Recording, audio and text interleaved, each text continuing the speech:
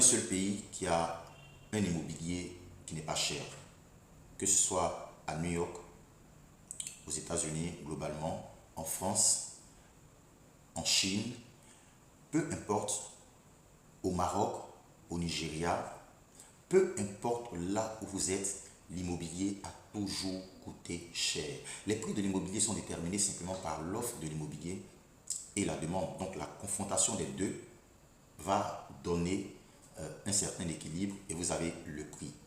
Bien entendu, lorsque vous êtes dans une zone à forte concentration démographique, ça veut dire que vous créez beaucoup plus de demandes que d'offres et naturellement, les prix vont voler. Et dans tous les pays au monde, les pays développés ou les pays en voie de développement, l'immobilier a toujours coûté cher. En Côte d'Ivoire, le problème, ce n'est pas les coûts de l'immobilier. Je vous assure que l'immobilier est encore abordable, il est encore accessible aujourd'hui. En tout cas, pour ceux qui peuvent et qui n'y vont pas, vous risquez de le regretter demain. L'immobilier est encore accessible en Côte d'Ivoire. Le problème de la Côte d'Ivoire reste un problème de financement. Alors, les banques n'octroient pas de crédit.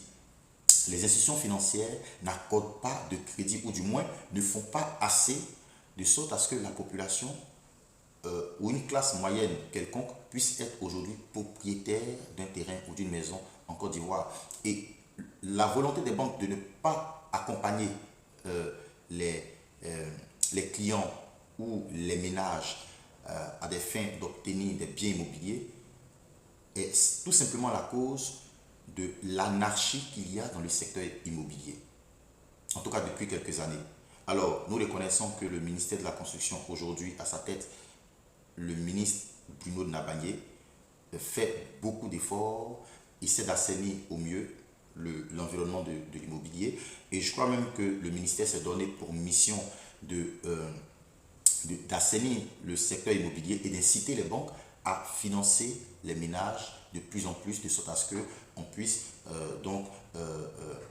faire chuter ce nombre très exorbitant donc de demandes de biens immobiliers en Côte d'Ivoire, qui est aujourd'hui évalué à plus de 600 000 unités, et avec une demande croissante annuelle supplémentaire donc de près de 40 000 biens immobiliers.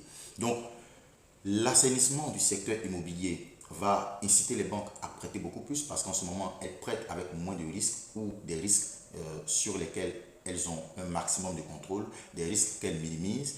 Et à partir de ce moment, les banques pourraient être beaucoup plus à l'aise avec l'idée de financer les ménages à obtenir un bien immobilier.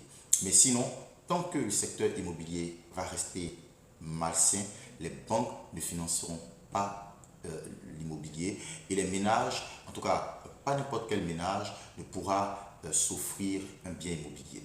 C'est ça le réel problème.